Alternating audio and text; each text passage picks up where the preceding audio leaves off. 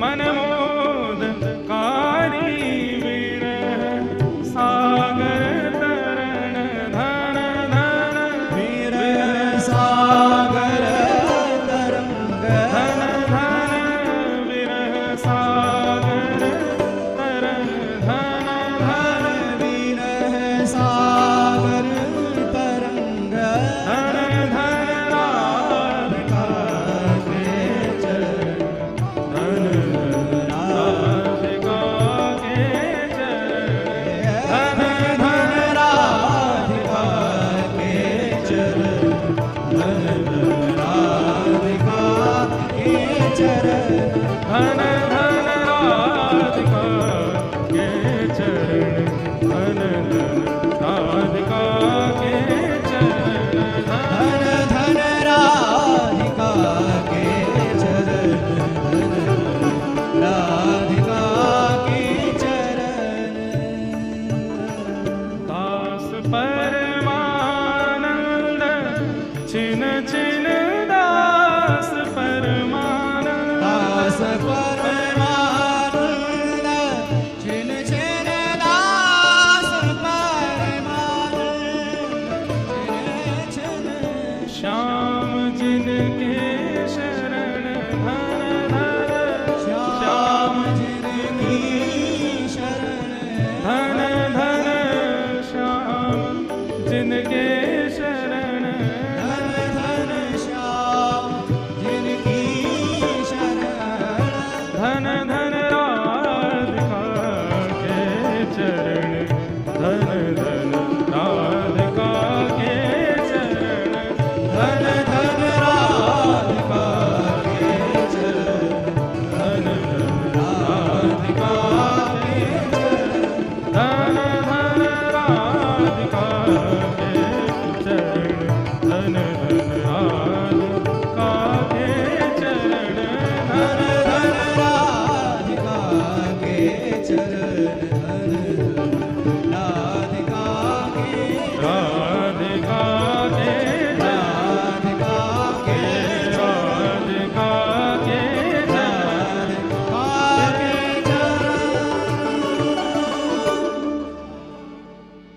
ऐसे मंगलमय चरणार विंदों में दास परमानंद छिन छिन दास परमानंद छिन छिन श्याम जिनके शरण धन धन राधिका के चरण धन धन राधिका के चरण नंद सुत मन मोदकारी विरह सागर तरण। ऐसे किशोरी जी के चरणार विंदों का प्रक्षालन कर रहे हैं ठाकुर जी। सब गोपियां देख रही हैं, ठाकुर जी चरण धो रहे हैं।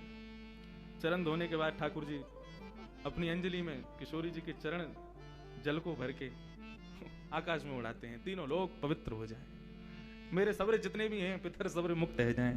ऐसा अनुभव करा रहे हैं उन गोपियों को। सब जगह प्रक्षालन करके ठाकुर जी किशोरी जी को हाथ दें, आओ विराजो हमारी नैया में। किशोरी जी जैसे विराजन लगी, इतने में ही सब गोपी भी आने लगी। ठाकुर जी तुम कहाँ चली आ रही हो सबरी? मेरी नैया में इतनी जगह ना है कि तुम सबरे बैठो, केवल श्यामा जी विराजेंगी, आपकी जो सिरमोहर हैं यही विराजेंगी, और कोई जगह ना है मेरी नैया में। सबरी सखी बोली, अरे अरे भैया नेक दूर की तो बात है, नेक माँ को पार करना, इतनी सी देर के काजे काहे को नाटक करे। और महाराज लपक लपक करके सबरी गोपी चढ़ गई। एक दो तो ठाकुर जी की गोद में ही बैठ गई, जगह ही नहीं वहां। कोई नीचे बैठी है, कोई कहीं बैठी है, कोई लटक के बैठी है। एक दो ठाकुर जी के ऊपर बैठ गई। ठाकुर जी दें थक्का, अभी गिर दूंगा यहाँ पर। मेरी नेक सी नैया वहां में सबरी बैठ गई है चढ़ चढ़ के। अभी भैया एक पद दिखा रहे थे श्री ध्रुवदास जी को, वहां में नैया देखो कितनी सुंदर वर्णन, यहाँ की नैया देखो।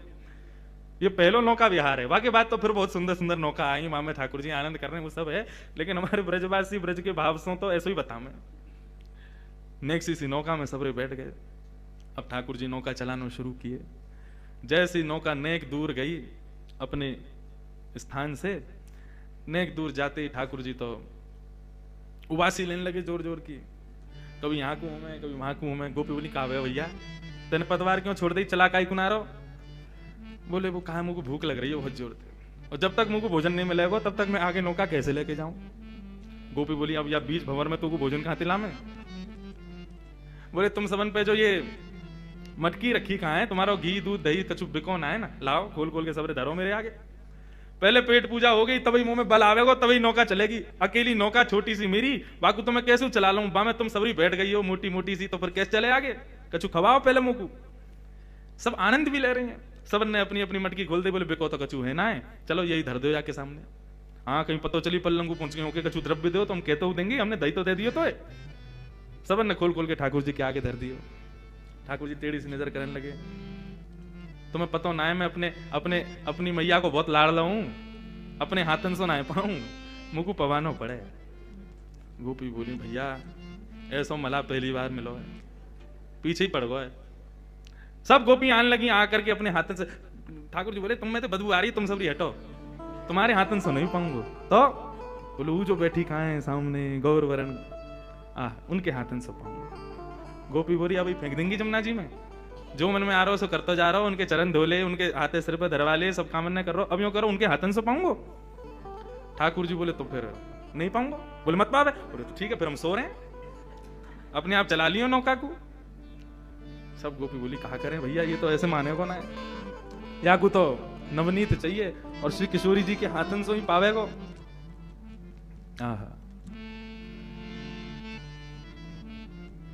किशोरी जी के पास में ललिता विशाखा गई है, श्यामा जी हमें पता आपको श्रम बहुत है, लेकिन अब ये नदी पार करनी है और यही उपचार है, यही के सहारे हमें करनी है, या की बात न माननी पड़ेगी।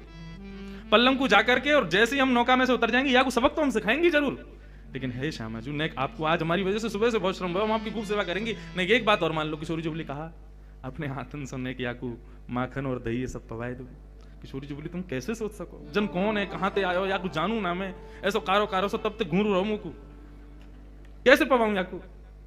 किशोरी जी नेक्स्ट श्रम, हम तो खूब कह रही हैं, तुम हमें देख ले, देख ही ना रहो, हम तो खूब कह रही हैं हमारे हाथन ते पाले, हमारे हाथन ते पाई ना रहो, आपको ही संग चाहिए। किशोरी जी हे श्यामा जी हम सहचरिन के काज नेक्स्ट श्रम कर लो, एक बार को पवाए तो, नहीं तो नौका यहीं बीच में अड़ी रहेगी, अभी बहुत समय है, रात्रि है, हमें पहुंचना बरसानो। सो किशोरी जी गई हैं और जाकर के समस्त गोपीन के मटका में से ठाकुर जी को पवा रही। यमुना जी के मध्य में, सब सहचरियों के मध्य में ठाकुर जी बिना किसी प्रयोजन के नौका विहार कर रहे हैं। एक तो हो जाए कि संयोजित हो, एक तो होता है व्यवस्थित हो, पूर्व निश्चित हो कि कैसी नौका विहार होगी, तो वहां छत्र भी लगे हैं, वहां पर सजावट भी हुई है, वहां पर सब व्यवस्थाएं की गई हैं, बैठवे की उठवे की सब करवे की। लेकिन आज ठाकुर जी बिना प्रयोजन के, बिना नियोजन के, बिना किसी व्यवस्था के नौका विहार कर रहे हैं। ये ठाकुर जी की प्रथम नौका विहार है श्री किशोरी जी के साथ। यमुना जी के मध्य में छोटी सी नौका में सहचरियों के मध्य में पूर्णिमा को चंद्रमा दोनों में प्रकाश डाल रहे हो है, ऐसा प्रकाश प्रकट है रहे हो है, वह प्रकाश से ही श्री यमुना जी को श्रृंगार है रहे हो है। और श्री किशोरी जी अपने हाथन से ठाकुर जी को माखन पवाए रही हैं, दही पवा रही हैं और युगल विहार कर रहे हैं दोनों। बैठे युगल बिहारी नाव में बैठे युगल, गाओ बैठे युगल बिहारी नाव में बैठे युगल बिहारी, नाव में बैठे युगल बिहारी, नाव में बैठे युगल बिहारी। ओ सैर करन घाटन की गवने, सैर करन घाटन की गवने। यमुना पर जितने घाट हैं सबका दर्शन करते, सहज ही ठाकुर जी सबका दर्शन करा रहे हैं। अब विश्राम घाट आगे हो, अब किसी घाट आगे हो, जबकि गोकुल से माट से बस नेक पार करो सामने वृंदावन, लेकिन ठाकुर जी तो आज पूरा नौका विहार कर रहे हैं श्री किशोरी जी के संग, सब सहचरिन के संग, सबके संग आनंद करते हुए जा रहे हैं। सैर करन घाटन की गवने, सैर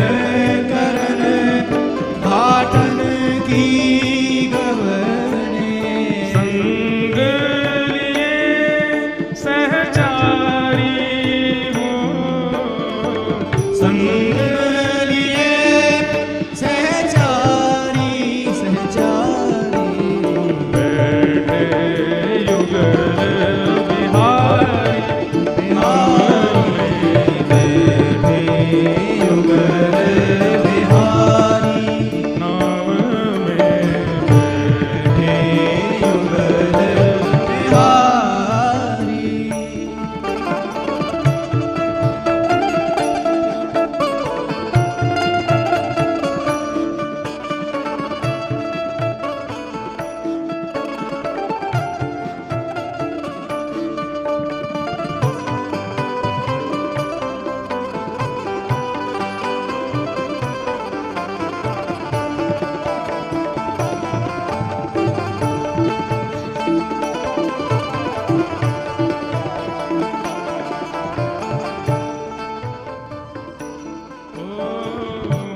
मध्यधार यमुना में नौका मध्यधार यमुना में नौका मध्यधार यमुना में नौका मध्यधार यमुना में नौका मंद चलावत नारी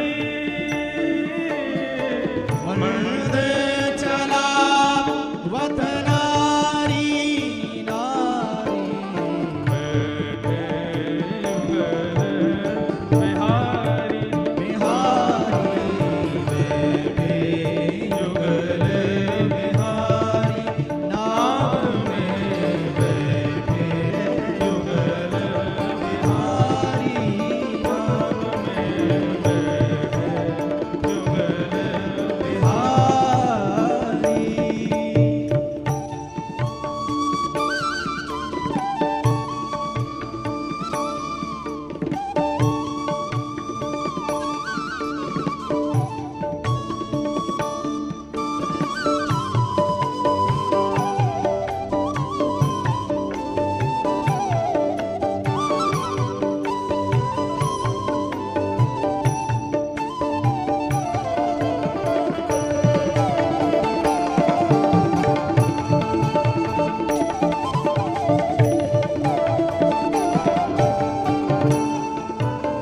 सब गोपी ठाकुर जी से कहने लगी, अरे भैया बड़ी धीरे धीरे नाव चलाए रहो, नहीं जल्दी कर ले, अब तेरा पेट भर को, अब तेने जैसे कहीं माखन खवाई दी और दही खवा दी, सब प्रकार की तेरी सेवा कर दी, अब तो नहीं जल्दी जल्दी चला।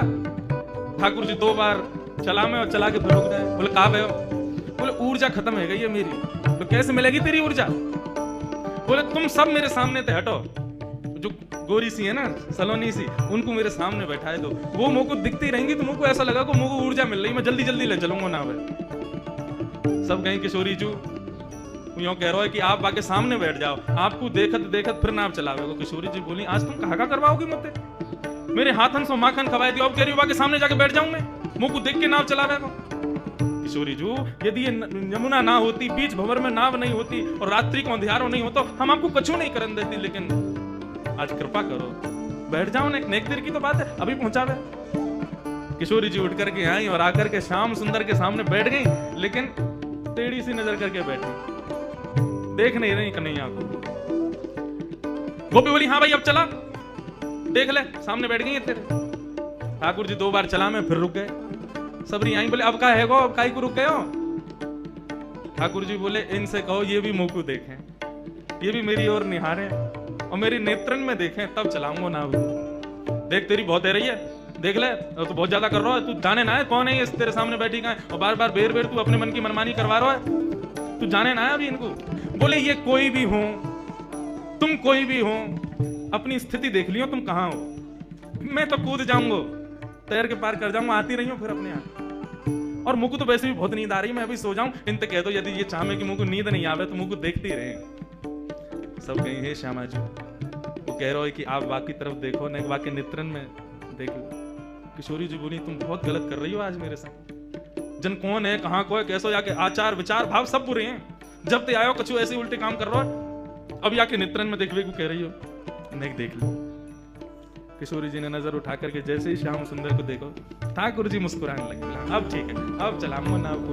बैठे युगल बिहारी नव में, बैठे युगल बिहारी नाम में, बैठे युगल बिहारी नव में, बैठे युगल बिहारी। ओ निरखन शोभा चले चतुर दो, निर्घन शोभा चले चतुर दो, निर्घन शोभा चले चतुर दो, निर्घन शोभा चले चतुर दो, लता कुंज फुलवारी,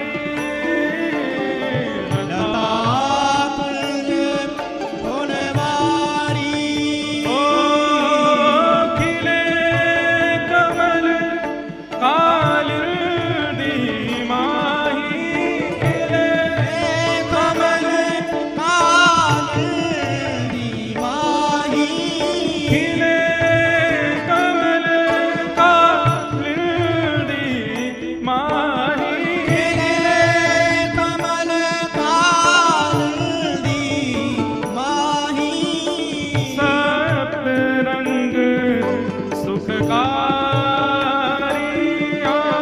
सब रंग सुखकारी, बैठे युगल बिहारी यमुना बैठे युगल बिहारी नाम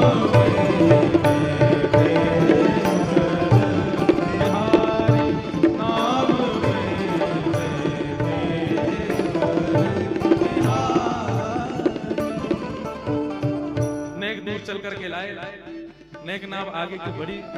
किशोरी जी देख तो रही हैं लेकिन तिरछी नजर से देख रहे हैं, और श्याम सुंदर बेर बेर नजर देख रहे हैं। किशोरी जी को कभी कभी आभास होवे कि ये नेत्र तो कहीं देखे, कि जा तरीका ते अपने कटाक्ष नेत्रन को घुमावे, ऐसा लगा कि आपको कहीं देखो है मैंने।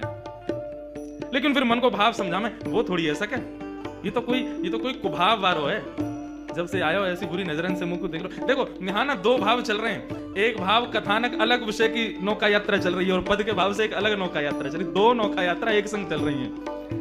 यहाँ पर जो कथानक कही जा रही है वो नौका यात्रा एक ब्रज के भाव की नौका यात्रा है, जहां पर किशोरी जी को नहीं पता कि ये श्याम सुंदर हैं, ये व्यवस्थाएं, ये सब कुछ भी नहीं है, केवल नौका विहार है। लेकिन ये उस श्रेष्ठ नौका विहार का ही प्रारंभ है, उसका ही प्रयोजन है, उसका ही प्रारंभ करता है। ठाकुर जी चलाते चलाते फिर से अपनी पतवार रोक दें। गोपी बोली, अब का है गो, अब का ही को रुको, मुंह पे चलना आ रही ना, तुम सबरी बहुत भारी हो, 2-4 कूद जाओ तब चलाऊंगा। गोपी गई, लाला तेने बहुत नेक नेक सी तेरी नाव है, लेकिन तेरी बात बहुत बड़ी बड़ी है। 1 घंटा ते एगो तो इतने नाटक कर रहा है, क्यों ना चला रहो ध्यान ते। अरे मैंने कही ना, मुझको भूख लग रही है, मुझको नींद आ रही है, मेरी ऊर्जा सी खत्म है कि मुंह पे ना चल रही नाव। अब हम क्या करें बता, तू हमें बैठा ला। बोले मैं तो एक को बैठावे की कही, मुंह का पता ही मैं 1200 का नहीं है, नेक 100 इतनो श्रम मोते करवा रही हो तुम सबरी। कोई को अगर वृंदावन में पता चल गई ना मैंने इतना श्रम किया है, सबरे आ जाएंगे कल तुम्हारे घर। अब लाला बता, अब हम क्या करें, बीच में फंसे हुए। ठाकुर जी बोले एक काम करें, मुंह पे एक मंत्र आवे, वह मंत्र को मैं ये जो तुम्हारी ये है ना किशोरी जी, हाँ इनके कान में कह दूंगा। अच्छा, वह मंत्र को सुनते ही नाव अपने आप चलन लगेगी। गोपी बोली हमारे कान में बोल दे। तुम्हारे कान में ना बोलूंगा, इनके कान में ही बोलूंगा, इनके समीप जाके बोलूंगा, और मैं खुद अपने मुख से इनके कानन में कहूंगा। जब ये वह मंत्र को सुनेंगी ना, तुम देखियो जादू होगा, अपने आप नौका चलन लगे, किनारे पहुंच जाओगी। गोपी गई, किशोरी जी अब कछू ना मानूंगी, 1 घंटा ते है तुम्हें, कभी कछू कभी कछू कभी कछू, अब कहा है। किशोरी जी वो एक बात कह रहा, बाकी एक बात सुन लो। बोलो सुना ना, कान में कहो, कान में मेरे समीप आवेगो ने कर ले। किशोरी जी बोली तुम लोग बहुत अनधिकारी चेष्टा कर रहे हो, तुम सबन के सहचरत्व को कहा गए हो। जो मेरे सामने छोटे छोटे कीड़ा भी आ जाओ मैं कभी, तो तुम वाकू भी एक श्रम मान करके दूर कर दो। आज ये अनजान को मेरे समीप क्यों ला रही हो? सब सहचरी बोली, हमें ऐसा पता होती कि ऐसी व्यवस्था अव्यवस्थित रह जाएगी, हम कभी ना करती किशोरी जी, लेकिन केवल अभी मता कहां ना करे, ऐसी स्थिति में पड़े कि हमें करना पड़ेगा। हे श्री जी, हे श्यामा जी, आपके चरणन में बार बार प्रणाम करके कह रहे हैं, यदि आके मंत्र बोलवे तो नैया पार है जाए, हम 2 मिनट में उतर के हमें जल्दी बरसानो लेके जानो, आपको हमें चिंता है रही है, अम्मा बाबा आपकी प्रतीक्षा कर रहे होंगे। किशोरी जी बोली, और कोई उपचार ना है? समीप आके कान में बोलेगा? बोले हाँ। मेरे ही बोलेगा? बोले हम बे। ललता बोली, मैं तो तब तक बैठी हूँ, मेरे पाम धो ले, मेरे हाथन सो खा ले, मुंह को देख ले, मेरे कान में बोल ले, मुंह को तो घास ना डाल रहो, मुंह को तो देखे भी ना है। किशोरी जी बोली, अच्छा कहो बासे आएगो कहेगो कान में। ललता विशाखा बोली, लाला चल। किशोरी जी बुला रही हैं और जल्दी ते मंत्र बोल दे, और एक क्षण में मंत्र बोल के दूर रह जाइयो, कहीं चिपक जाए, वहीं बोलने लग जाए ना, फेंक देंगी तो जमुना जी में। हाँ बस नेक बोलूंगा, नेक बोलते ही दूर रह जाऊंगा। सबरी लेकर के कहीं नेक्स्ट सो कन्हैया। किशोरी जी देख रही जन पतो ना कौन है, कहां ते आयो, कहा करवे में लग रहा है। किशोरी जी ने मुंह फुला करके कान अपनो आगे कियो, बोल। ऐसे नहीं, प्रसन्नता में सुनो, मंत्र है सिद्ध कियो मेरे बाबा ने, वाकू प्रसन्नता से सुनोगी तो ही फलीभूत होगो। किशोरी जी मुस्कुराने लगी, अच्छा भैया बता दे, कान में बता। ठाकुर जी समीप जा रहे हैं और समीप जाकर के कान में मुख स्पर्श करा करके, हे कृष्ण मनोहारिणी, हे वृंदावनेश्वरी, हे कृष्ण मनोहारिणी। जैसे ही कृष्ण मनोहारिणी बोले हैं, श्री किशोरी जी को रोम रोम प्रफुल्लित है गयो, पूरा अंग झंकृत है गयो, नेत्रन में अश्रुपात जैसे प्रकट है गए हो। मुखमंडल देखने लगी, कौन हो तुम? ठाकुर जी बोले, मुझको नहीं पहचानी आप? सही सही बताओ कौन हो तुम? इतने में ही समस्त गोपांगनाओं के मध्य में, पूर्णिमा की चंद्रमा की छांव में, श्री यमुना जी के मध्य में, किशोरी जी के सन्मुख ठाकुर जी ने जैसे ही अपनी पाग उतारी है, घुंघराले केश प्रकट है गए, मोर पिच प्रकट है गयो, गले में वनमाल प्रकट है गई, वंशी प्रकट है गई, त्रिभंग ललित ठाकुर जी को रूप प्रकट है गयो। जैसे ही त्रिभंग स्वरूप किशोरी जी ने दर्शन कियो है, समस्त गोपियां चरणन में प्रणाम कर रही हैं। यमुना जी प्रकट है करके श्री लाल जी के, श्री किशोरी जी के चरणन में बारंबार नतमस्तक है करके वंदन कर रही हैं। और ऐसी प्रथम नौका विहार की शोभा प्रकट भई है। सब चारों ओर से मानो वृक्ष वल्लरी प्रकट है गए हों, सूर्य चंद्रमा आकाश में एक संग प्रकट है गए हों। ठाकुर जी और किशोरी जी की एक झांकी देखवे के काजे यमुना जी के सब जीव जंतु मानो बाहर आकर के श्री किशोरी जी के शाम